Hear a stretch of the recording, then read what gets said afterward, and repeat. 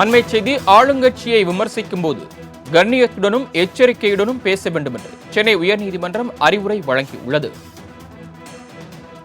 அதிமுக முன்னாள் அமைச்சர் சி.வி. சண்முகத்திற்கு சென்னை உயர்நீதிமன்றம் இந்த அறிவுரையினை வழங்கியிருக்கிறது. கூடுதல் விவரங்களை வழங்குவதற்காக செய்தியாளர் கிருஷ்ணமூர்த்தி இணைப்பில் காத்திருக்கிறார். கிருஷ்ணமூர்த்தி, மேலும் தகவல்கள். வணக்கம்.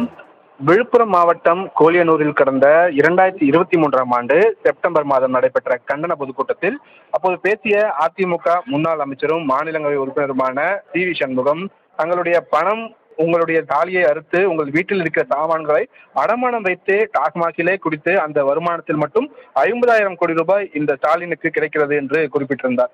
சி.வி. சண்முகத்தின் இந்த பேச்சு முதலமைச்சரின் பெயருக்கும் புகழுக்கும் களங்கம் ஏற்படுத்தும் வகையில் உள்ளதாக கூறி சி.வி. சண்முகம் மீது விழுப்புரம் நீதிமன்றத்தில் அவதூறு வழக்கு ஒன்று தொடரப்பட்டது.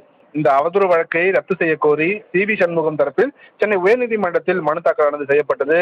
இந்த மனு நீதிபதி வேல்முருகன் முன்பு விசாரணைக்கு வந்தபோது ஆளுங்கட்சியின் தவறுகளை சுட்டிக்காட்டுவது எதிர்க்கட்சியின் ஜனநாயக கடமைதான் என்ற போதிலும் அது கண்ணியம் தேவை என்றும் சுட்டிக்காட்டியிருக்கிறார். பேசும்போது எச்சரிக்கையுடன் கண்ணியத்துடனும் பேச வேண்டும் என்று குறிப்பிட்ட அவர், தேர்தலின் போது வாக்குறுதிகளை கொடுப்பது உலக அளவில் உள்ள நடைமுறைதான் என்றும் வாக்குறுதிகளை நிறைவேற்றுவதை சுட்டிக்காட்டலாம் என்றும் தெரிவித்திருக்கிறார். மனுதாரர் சி.வி. சண்முகம் ஒன்றும் சாதாரண நபர் அல்ல, சட்டம் படித்தவர், முன்னாள் அமைச்சர். அவர் இவ்வாறு பேசக்கூடாது என்றும் பொறுப்போடு பேச வேண்டும் என்று தெரிவித்த நீதிபதி, அந்த காலம் போல் இப்போது இல்லை, அடுத்த தலைமுறையினர் பார்த்து கொண்டுதான் இருக்கிறார்கள், தலைமுறை மாறிவிட்டது, நாம் பேசும் வார்த்தைகளில் கவனம் தேவை என்றும் நீதிபதி குறிப்பிட்டிருக்கிறார்.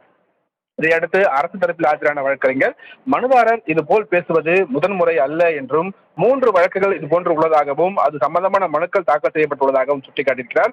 இதையடுத்து அனைத்து வழக்குகளையும் சேர்த்து விசாரித்து உத்தரவு பிறப்பதாக குறிப்பிட்ட நீதிபதி விசாரணையை நவம்பர் 22ஆம் தேதி தள்ளி வைத்து உத்தரவிட்டிருக்கிறார். சரவணன், தாங்கள் வழங்கிய தகவல்களுக்கு நன்றி கிருஷ்ணமூர்த்தி.